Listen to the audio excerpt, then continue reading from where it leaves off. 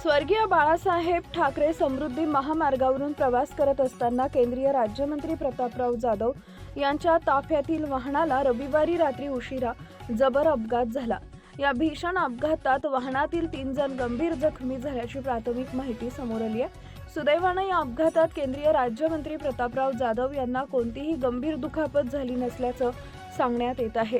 प्राप्त माहितीनुसार केंद्रीय राज्यमंत्री प्रतापराव जाधव हे आपल्या ताफ्यासह समृद्धी महामार्गावरून प्रवास करत होते।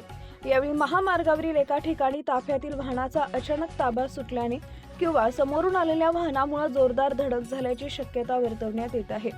अपघात इतका भीषण होता की संबंधित वाहनाचं मोठ्या प्रमाणावर नुकसान झाले। या अपघातामध्ये वाहनातील 3 जण गंभीर जखमी झाले। अपघाताची माहिती मिळताच महामार्ग पोलीस, स्थानिक पोलीस आणि आपत्कालीन सेवा तातडीने घटनास्थळी दाखल झाल्या। जखमींना तात्काळ रुग्णवाहिकेच्या सहाय्याने वाशिम येथील एका खासगी रुग्णालयात उपचारासाठी दाखल करण्यात आले।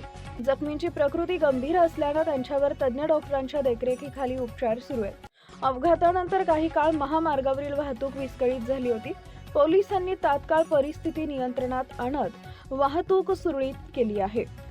केंद्रीय राज्यमंत्री प्रतापराव जाधव यांच्या सुरक्षेसाठी असलेला ताफा आता सुरक्षा यंत्रणा सतर्क झाल्या आहेत। या घटनेची माहिती मिळताच प्रशासनातील वरिष्ठ अधिकारी आणि लोकप्रतिनिधींनी रुग्णालयात धाव घेत जखमींची विचारपूस केली।